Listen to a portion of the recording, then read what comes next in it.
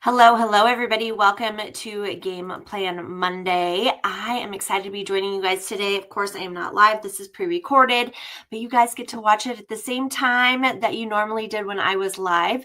And we are going to dive into some fun topics over the course of this month. And I want to kind of play on a little bit of what we've been talking about over the past couple of weeks. I've been talking about my personal transition back to work full time and how that has been really overwhelming for me, and that comes with trying to juggle work and family, and of course my Tula 12 business and my Canon Planning social selling coaching business. I know I am not the only one in this. I've had a lot of people reach out to me and say, your words are kind of striking home right now. Things are just busy. Life is crazy.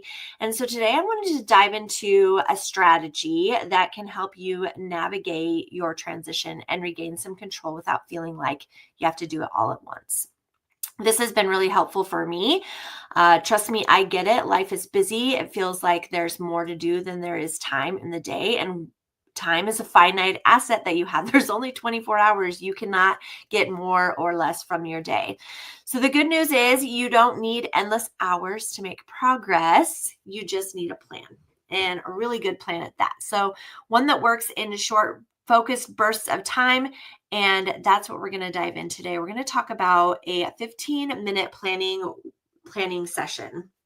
And I want to talk about 3 different ways that it can work for your business. The first way is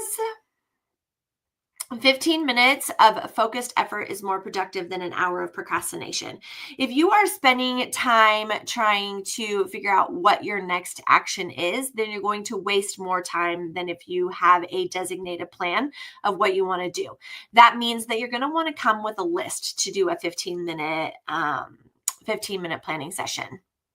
The next one is small, consistent steps create momentum over time. They definitely add up, and that is 100% accurate. If you are continuously doing those 15-minute planning sessions, those are going to continue to roll, and you're going to start to gather some momentum. The third one is a short intentional work session reduces overwhelm and helps build habits. One of the things I've talked about many times here on this page and with my own membership group is that if you are building a habit eventually, or you doing small, short little work sessions like this, eventually that's going to become a habit. On Tuesdays, I do content planning. Fridays are follow-up. If you do those same consistent things over and over again, you're going to develop a habit that's going to make it very easy for you to continue to maintain your business.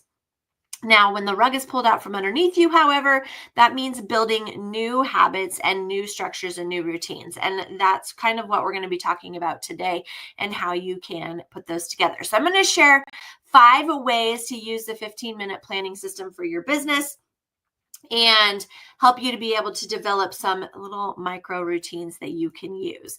The first one is follow up and strengthen customer relationships. Just takes 15 minutes to reply to messages, check in with past customers, comment on posts, engage, be social. If you are here on Facebook or Instagram or wherever you might be for your social platform, it is a social platform. That means we kind of have to be social. Pop in, say, hey, comment, respond.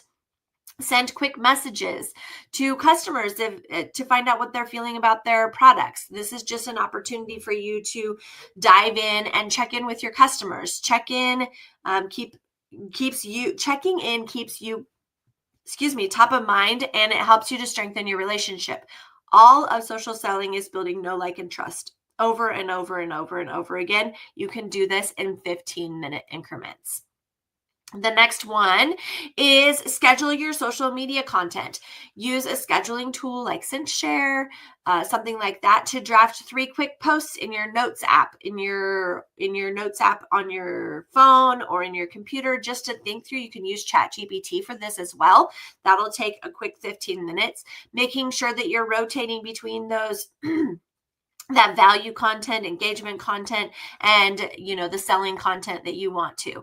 And then repurpose older content or customer testimonials to save time. If you are in a crunch, what did you do last year this time? And how is it relevant to your customers now? And how can you help them to be able to bridge that gap between your product and what they need to be successful with? Number 3, plan your business priorities. So use a planner insert or blank page and just kind of outline some of your top business tasks for the week. If you are a 12-week goal planner, like many of my people are, then utilize that as an opportunity to sit down and say, what do I need to work on to push me further to my goals? Identify must do items versus what can wait. And when we are looking at our task of things, there are many things that we probably want to accomplish, but what is it that you absolutely need to get done? What are the things that your customers are waiting on you for? Follow up is probably one of the top things that you're going to find. And then have a simple roadmap that helps you stay focused. What are your list of priorities from, hey, I need to do my social media post to I need to write that email, and somewhere in between? Or maybe you're learning, watching a video, or reading a self-help book or something like that. Now, I have a very favorite insert that kind of covers all of these topics that we've kind of talked today. And I want to talk about show it to you really quickly. This is a Brain Dump Weekly. It's super helpful for doing all of the things that I've kind of mentioned. So this was perfect for unloading ideas, tasks, and to-do lists. Hence this reason right here, right? This is my favorite insert, and I loved that when Natasha and I got together and we kind of talked this insert out, how it kind of incorporates all of the things that I love about planning.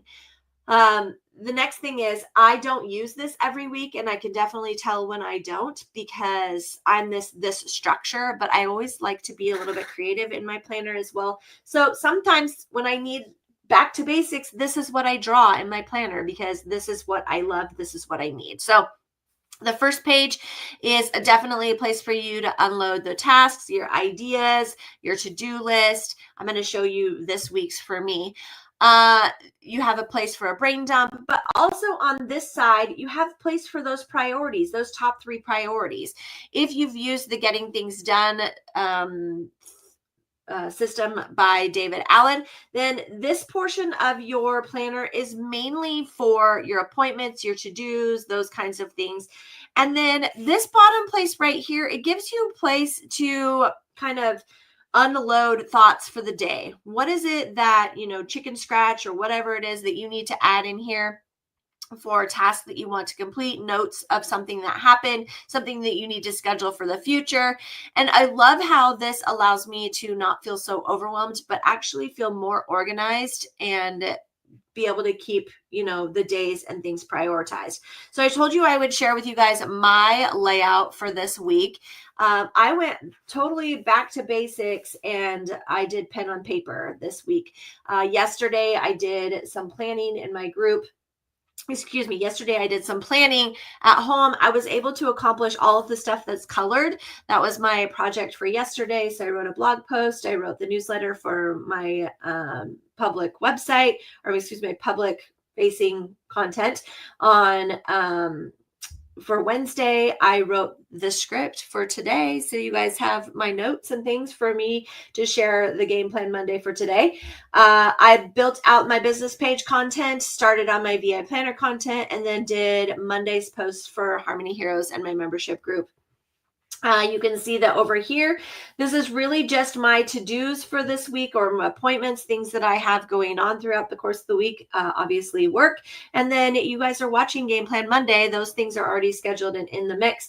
I will leave this part open for any notes that happen throughout today so that I can write those down and be able to address those where they need to be addressed.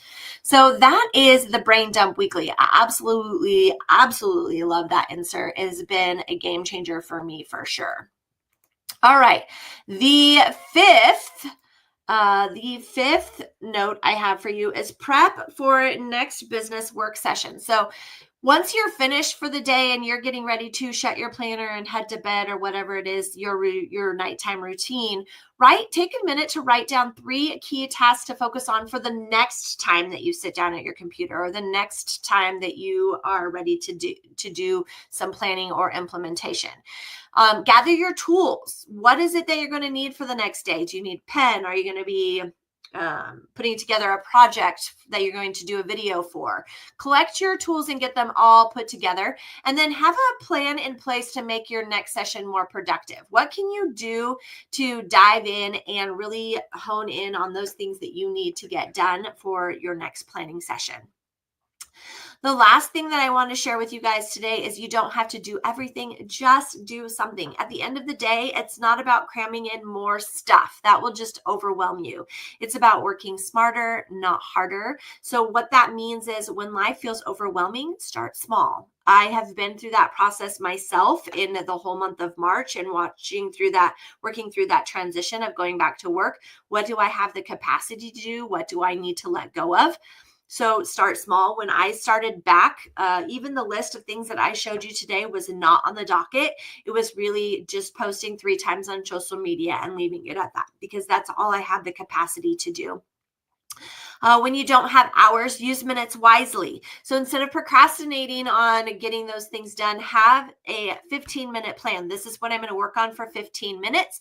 If you continue to build a structure that, hey, this is the next 15-minute project, you can sit down and just work on that next 15-minute project. And absolutely, friends, when your to-do list feels impossible, focus on progress, not perfection. You don't have to do everything. I am a living, walking, breathing example of that. You do not have to do everything. Your customers, your friends, your family, they will give you grace if you are honest and open with them. One of the things that I had happen in my VIP group was I had a customer go, hey, I haven't heard from Wendy in a while. My membership group, which is one place that I continue to maintain my presence in, popped in and answered question for me. She's right in the middle of a new full-time job. Just give her a second, she'll be back. So have people in your corner that will help you to recognize that you are moving forward, even though it's not at the pace that you are normally used to. So what I want you guys to do today is I want you to think of one thing that you can do today on this Game Plan Monday and do it in a 15-minute increment and drop it in the comments. I want to hear what is it that you're working on? And periodically throughout the day, right here on the Facebook business page, or whether you're watching it on YouTube, come over and check it out on the Facebook business page. I will be dropping those questions each day. What are you working on for 15 minutes? Or giving you a fun little tip that you can utilize to incorporate 15-minute planning into your day. So hope you will join me right here on the Facebook business page. Or if you're following me on YouTube, come on over to Facebook and let's hang out for a minute and talk about those things. So hope you guys all have a fantastic Monday, and I'll see you all soon. Bye, friends.